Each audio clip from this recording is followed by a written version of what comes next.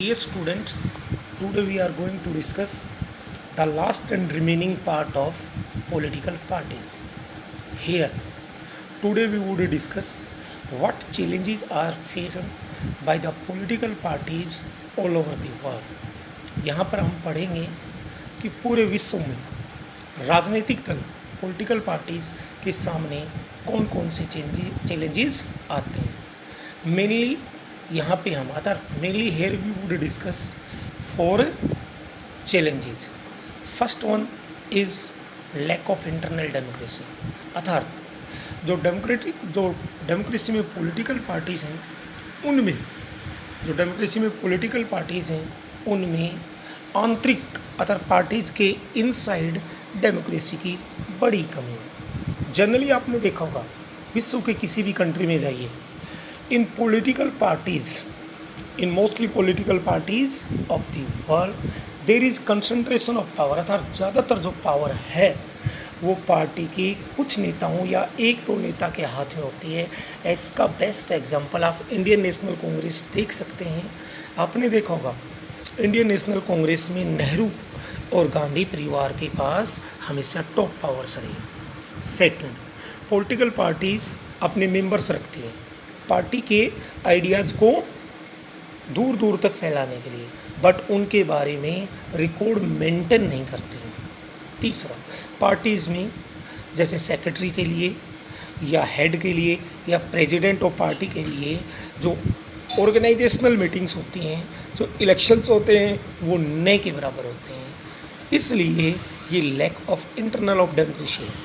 आगे दूसरा, पार्टी के जो ऑर्डिनरी वर्कर्स होते हैं अर्थात सिंपल वर्कर्स और the low level workers of the party don't get the proper information what is happening inside the party. उनके पास ऐसा कोई तरीका नहीं होता. The ordinary members don't have any means और don't have any kind of connection by which they can effect the decision making process of party. इस प्रकार आपने देखा होगा ज़्यादातर डेमोक्रेसी के अंदर जो पॉलिटिकल पार्टीज हैं वहाँ पे जो पावर है वो पार्टी में ऊपर बैठे हुए नेता लोग करते हैं डिसाइड. और if there is one person, यदि कोई एक दो व्यक्ति चाहे वो कितना ही बड़ा नेता क्यों ना हो, यदि वो पार्टी की पॉलिसीज से एग्री नहीं है तो he is removed from the party on the name of disciplinary action. यहाँ पे आप देख भी सकते हैं इस पर्टिकुलर कार्टून के थ्रू बर्लुस्कोनी जो इटली का प्राइम मिनिस्टर था, वो एक बड़ा टॉप बिजनेसमैन था. उसने 1993 में एक पॉलिटिकल पार्टी सेटअप की, फोर्जा इटालिया, और उसने अपनी पार्टी को आप देखिए किस प्रकार वर्कर्स को as a puppet, as a कठपुतली जो रस्सी के सहारे नाचती है, कंट्रोल में रखा. Second, what is the second challenge that is faced by political parties? It is also related to the first one, अर्थात डायनेस्टिक सक्सेशन. ज़्यादातर पॉलिटिकल पार्टीज में वंश अनुगत राजनीति होती है. मोस्टली पॉलिटिकल पार्टीज ओपन और transparent process for their functioning follow नहीं करती. Ordinary workers of party don't have chance या have very rare chance to rise at the top level of party. आपने देखा होगा those who are in top position of party वो अपने परिवार के या इर्द गिर्द के लोगों को अनफेयर फेवर करते हैं, मतलब बेवजह का उनके पक्ष में फेवर करते हैं. इसका बेस्ट एग्जांपल आप इंडिया में देख सकते हैं, चौटाला परिवार. आपने देखा होगा पहले चौधरी देवीलाल, देन ओम प्रकाश चौटाला, देन आपने अभय और अजय चौटाला पढ़े होंगे, और अब दुष्यंत चौटाला. ये बात अलग है कि थोड़े समय में पहले इनमें विवाद होकर पार्टी अलग बनी, बट ये फैमिली पॉलिटिक्स और डायनेस्टिक सक्सेशन का बेस्ट एग्जाम्पल है. इसी प्रकार उत्तर प्रदेश में आप देख पाओगे समाजवादी पार्टी, मुलायम सिंह, इस परिवार से 15 से 16 लोग राजनीति में. इसी प्रकार आप पंजाब में शिरोमणि अकाली दल, प्रकाश सिंह बादल की पार्टी, प्रकाश सिंह बादल, उनके बेटे सुखबीर बादल और सुखबीर बादल की पत्नी Harsimrat Kaur, she is also a minister in union cabinet. अर्थात मैंने आपके सामने 2-3 एग्जाम्पल्स दिए जो इस बात को प्रूव करते हैं कि in politics there is dynastic succession. Rahul Gandhi का कांग्रेस को देखिए, यदि आज राहुल गांधी, आपने भी देखा होगा, यदि वो कांग्रेस में गांधी परिवार से नहीं होता तो आप लोगों का सबका मानना होगा हो सकता है कोई मेरी बात से एग्री ना हो, बट आप सबका मानना होगा कि वो आज कांग्रेस में इतने बड़े पद पे नहीं होता। आप उसकी काबिलियत के बारे में अच्छी तरह जानते हैं, इसलिए आपने देखा होगा कि वो कांग्रेस में इतनी बड़ी पद पे काबिलियत से न होके, अपनी एबिलिटी से न होके, केवल किसी पर्टिकुलर फैमिली में जन्म लेने के कारण। Third one, money and muscle power. बेटा in politics, political parties want to win the election, so they follow the right and the wrong methods. वो ये परवाह नहीं करते कि बाई हुक और क्रुक पॉलिसी फॉलो करें या कौन सी पॉलिसी फॉलो करें। इसलिए the party that spend a lot of money और यूज द मसल पावर, या leaders who are able to spend a lot of money या are able to manage the muscle power, उनको generally ticket दिया जाता है या चुनाव जीतते हैं। और ये ऑल ओवर द वर्ल्ड में डेमोक्रेसी को लाइक करने वाले लोगों के सामने एक बड़ा चैलेंज है। Fourth one, no meaningful choice. इसका मतलब क्या है? आप किसी भी पार्टी को वोट दीजिए, आप किसी भी पार्टी को वोट दीजिए इश्यूज को, जैसे अनएम्प्लॉयमेंट एक इश्यू है, टेररिज्म एक इश्यू है, इसी प्रकार less and more development of particular area है, ये एक इश्यू है। इन चीज़ों को टैकल करने का सभी पार्टीज का तरीका एक है, इसलिए आप किसी भी पार्टी को वोट दीजिए, इस चीज़ को टैकल करने का सेम तरीका है। पहले यूके में लेबर पार्टी और जो कंजर्वेटिव पार्टी होती थी उनमें बड़ा डिफरेंस था, बट विथ टाइम, समय के साथ वो फंडामेंटल भी खत्म हो। इस प्रकार आपने देखा there are 4 challenges all over the world जो पार्टीज फॉलो कर रही हैं या फेस कर रही हैं। पहला, लैक ऑफ इंटरनल डेमोक्रेसी। दूसरा, dynastic succession. Third, money and muscle power. Fourth, no meaningful choice. अब sir, how can parties be reformed? Parties को कैसे रिफॉर्म किया जा सकता है?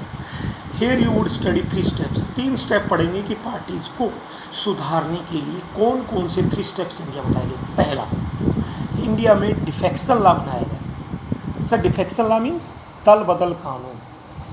बेटा, पहले किसी पॉलिटिकल पार्टी के सिंबल पे चुनाव जीत के एक कैंडिडेट और किसी दूसरी पार्टी में चला जाता था for getting the ministry post और for getting some other benefits.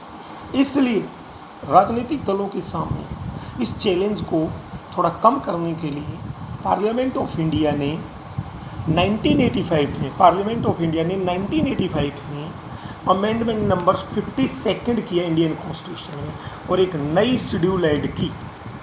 Amendment number 52 year 1985, new schedule 10th was added into the Indian constitution और जिसके तहत डिफेक्शन लॉ अर्थात एंटी डिफेक्शन लॉ बनाया गया। पहले इसमें था कि कोई पार्टी पे सपोज करो चुनाव लड़ने वाला व्यक्ति यदि पार्टी छोड़ के जाता था कोई दिक्कत नहीं थी। अब क्या हुआ? If a person who won election on the symbol of a particular party then he can not easily change the party. तो सर वो चेंज कब कर सकता है? पहले ये और भी स्ट्रिक्ट था। पहले था कि 2/3 लो। पहले क्या था? 2/3 लो। और अब कितना कर रखे है? 1/3। सपोज करो एक पार्टी के सिंबल पे पहले 1985 में जब ये कानून बना उसके बाद में 30 लोग जीते, तो 20 लोग यदि पार्टी को एक साथ छोड़ते थे तो एंटी डिफेक्शन लॉ उन पर लागू नहीं होता था।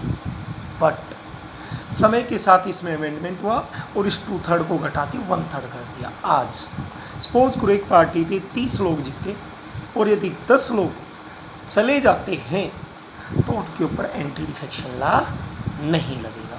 ये आयाराम गयाराम की पॉलिटिक्स को रोकने के लिए लागू हुआ। और Ayaram Gayaram other to change the party frequently, एक ही दिन में एक नेता 3 पार्टी चेंज कर गया मिनिस्टर बनने के लिए, जिसे आयाराम गयाराम कहा जाता है। और ये ट्रेंड भी हरियाणा से स्टार्ट हुआ था। इसे रोकने के लिए ये कानून बना। सेकंड, सुप्रीम कोर्ट ने एक कानून बनाया है जिसके द्वारा मनी एंड मसल पावर को रोका जा सके। अब ये क्लियर कर दिया गया है, कोई भी कैंडिडेट जो चुनाव लड़ना चाहता है want to contest election, he has to file an affidavit. Affidavit एक डॉक्यूमेंट होता है, ये एक शपथ पत्र होता है।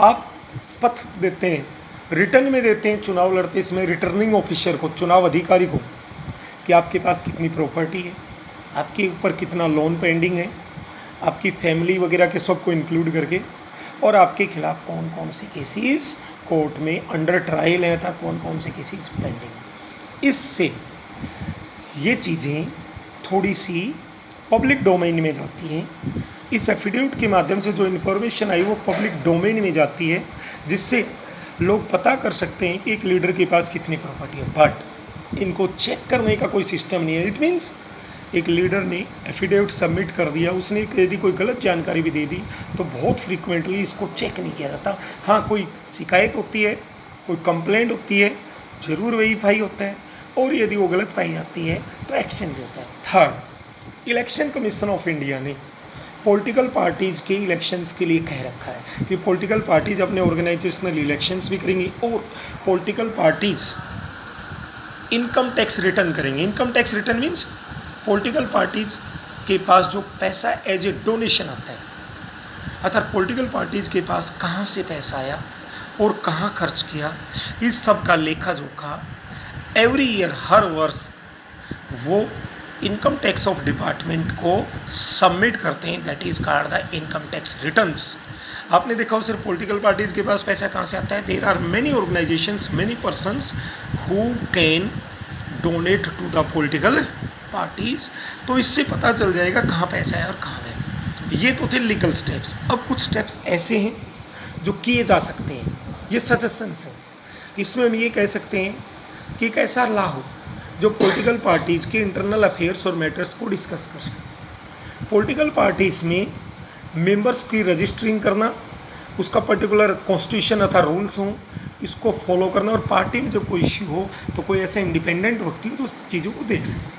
दूसरा, हर पॉलिटिकल पार्टी के लिए कंपलसरी कर दिया जाए कि एटलीस्ट 1/3 टिकट्स महिला कैंडिडेट्स को भी दें, और जितनी भी पार्टी की कमेटीज़ बनी उसमें 1/3 वुमेन मेंबर्स भी। और पॉलिटिकल पार्टीज़ को मनी एंड मसल पावर का रोल कम हो तो क्या कर सकती है? पिछले चुनाव में, मतलब लास्ट इलेक्शन में उस पार्टी ने कितने परसेंट वोट दिए थे, उसके आधार पर एक फंड बना के उस फंड में उतना परसेंटेज उस पार्टी को गवर्नमेंट की तरफ से दिया जा सकता है। ये जरूर नहीं है जी कैश हो, ये पेट्रोल, पेपर, टेलीफोन के तौर पे हो सकता है। ओके, सी है सीधा exercise question. Congress party united progressive alliance, Bharatiya Janata party national democratic alliance, communist party of India left front, Telugu Desam party state party. Who among the following is the founder of Bahujan Samajwadi party? Kanshi Ram ji. What is the guiding philosophy of the Bharatiya Janata party? Modernity. Consider the following statements on parties. Political party don't enjoy much trust among the people. This statement is correct. Parties are often रोक हिला देना by the scandal involving top party leaders. Yes. Parties are not necessary to run the government. Wrong. तो इनमें से statement 1 and 2 are correct statements. Here you would study about the ग्रामीण bank story, जो कि आप इकोनॉमिक्स में पढ़ चुके हैं। इसका जो हेड था उस व्यक्ति को अपने फील्ड में अच्छा काम करने के लिए 2006 में नोबेल पीस प्राइज़ मिला है। आप इकोनॉमिक्स में ऑलरेडी स्टडी कर चुके हैं मनी एंड क्रेडिट वाले चैप्टर में, और आगे चल के फरवरी 2007 में उसने बांग्लादेश में एक पॉलिटिकल पार्टी सेटअप की और उसने आगे के चुनाव में भाग भी लिया। उसकी पॉलिटिकल पार्टी का नाम क्या था? नागरिक शक्ति। तो you have to also find out the name by whom the Bangladesh Grameen bank was setup. यहाँ पे आपको नाम मिलेगा प्रोफेसर मोहम्मद यूनिस, अर्थात by whom Bangladesh Grameen bank was set up professor Mohammad Yunus, और उसके अच्छे एफर्ट्स के कारण ही won the Nobel prize in 2006। Okay dear students, you would get the assignment about this chapter today in the late evening.